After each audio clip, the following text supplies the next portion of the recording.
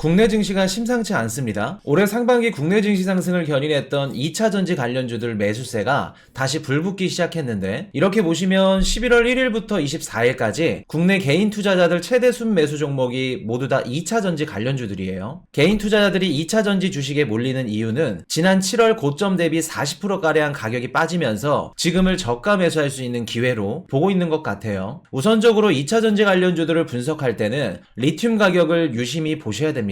현재 시장에서 거래되는 탄산 리튬 최근 거래가는 킬로그램당 112.52원 정도 되는데, 이는 지난해 11월 최고 가격보다 70% 이상 폭락한 가격이에요. 고사양 배터리에 쓰이는 수산화 리튬 가격 역시 작년 기준 1톤당 56만 위안 정도였는데, 현재 가격은 4분의 1토막이 난 14만 위안 정도 한다고 합니다. 리튬 가격 폭락이 시작된 것은 올해 1월부터인데, 지난해 연말부터 전기차 판매 기업들이 재고 조정을 돌입했고 리튬 공급이 수요 대비 늘어나면서 가격이 폭락했죠. 게다가 전기차 수요 상승을 노리고 뛰어든 리튬 업체의 생산량 증가까지 겹치면서 상황은 더 악화됐습니다. 우리가 투자하는 양극재 기업들이나 전기차 관련 기업들은 핵심 원재료인 리튬 가격이 굉장히 중요합니다. 기업들이 리튬을 구매해서 만든 제품의 가격 수익성이 결국에는 원자재 가격 추이에 따라서 달라질 거예요. 우리는 이 효과를 레깅 효과라고 합니다. 리튬 가격이 상승하는 추세에 있을 때 기업들의 수익성은 좋아집니다. 반대로 리튬 가격이 하락세에 있을 때는 기업들의 수익성은 내려가죠.